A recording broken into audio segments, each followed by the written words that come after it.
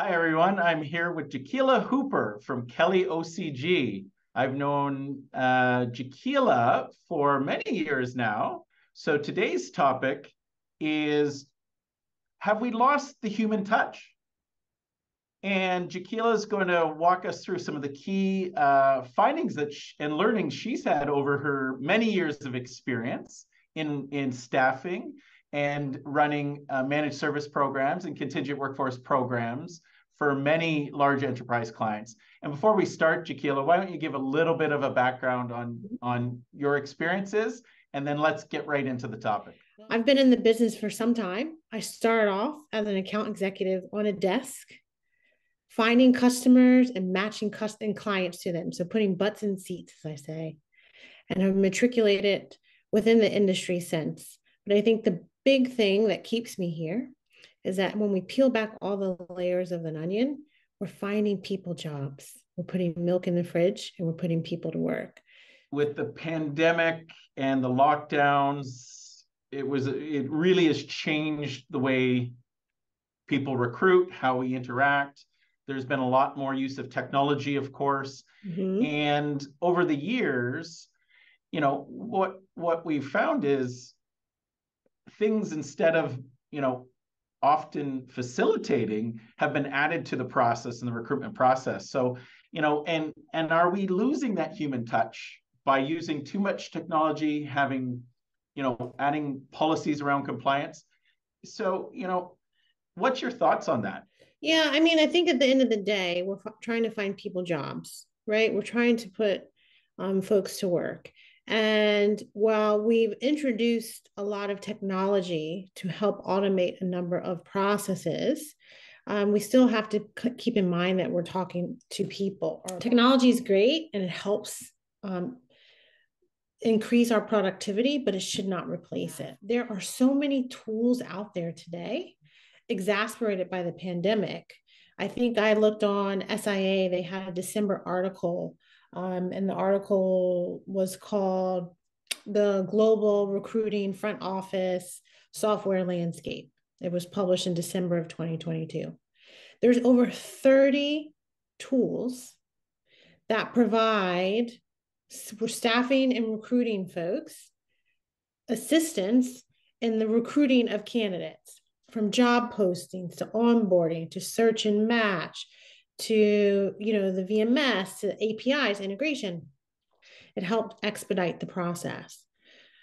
But with all of that we're being respectful that there's still a person at the end of the process, and on both ends, on both the client side and on the candidate side.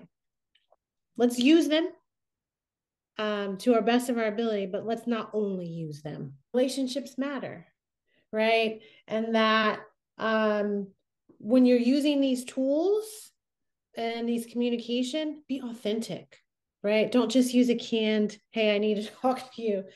Folks respond to authentic messages via LinkedIn or what other avenues that you're trying to do some outreach. Video chat is always great to see interaction and put a name to a face.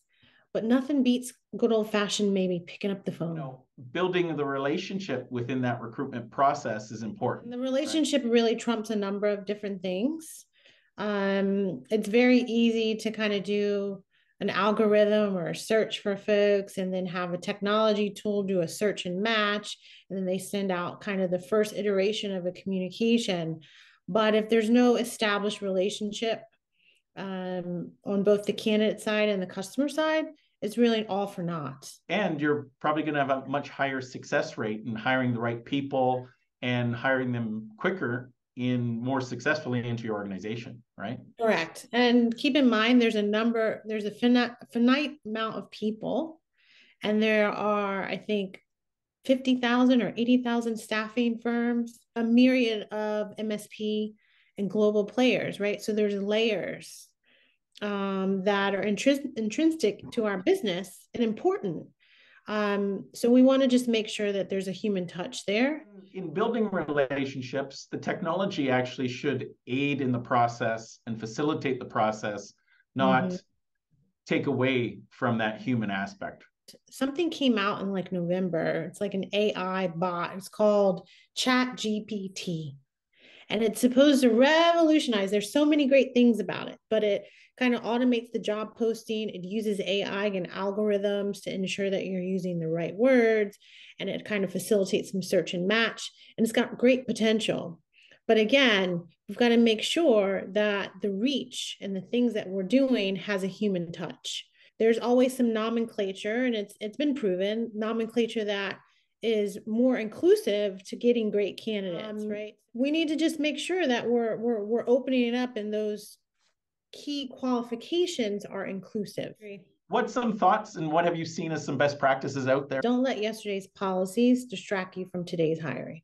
And it really, from a shameless plug here, from a Kelly perspective, or a Kelly outsourcing consulting group, it's really partnering with your MSP to really kind of bring these conversations to bear and to fruit, because oftentimes folks don't understand the policies and the things that have put in place could very well become a quagmire to get people started. First thing is, don't be afraid to challenge the status quo in a right way, in the right way. So a couple of examples. Why do you need 3 to 5 references for a 6-month engagement? Does it have to be a W-2? Can you entertain potentially using a freelancer, as 39% of the US workforce are within the freelance community? And why do you need a degree if someone has relevant work experience? And, from a Kelly perspective, we implemented something in 2020, which is called Kelly 33. And it's Kelly 33 because 33% of the US eligible workforce can't get a job for a number of different reasons.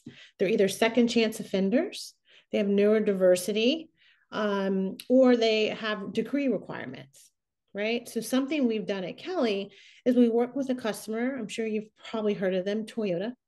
And we were able to work and sit down with their HR, legal, with operations, with their managers, with procurement to say, let's review your policies. And are they being prohibitive to you getting the kind of talent you need?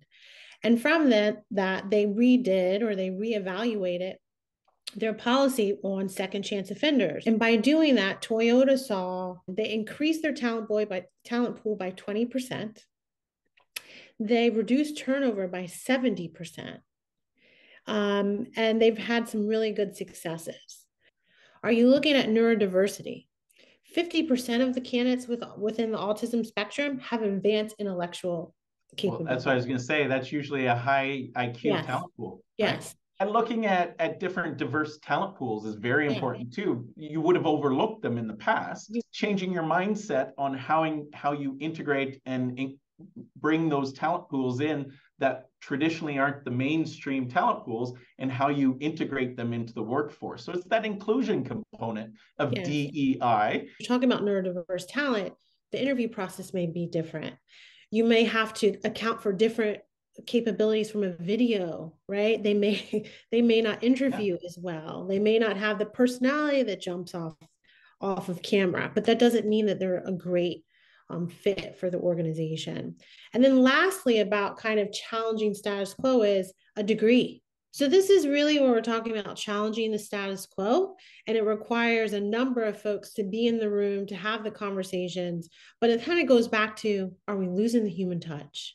And in our position within the staffing and recruiting realm, be an advocate for both and have those conversations to facilitate finding folks work that enrich their lives. Amazing. Well, Jacquilla, this has been a great conversation. I thank you for your time, and you can get in touch with Jacquilla through LinkedIn, or she's also a very active member of the Contingent Workforce Strategies LinkedIn group. And thanks again for your time. Appreciate it. Thank you for having me today, Jeff. Talk soon. Bye-bye.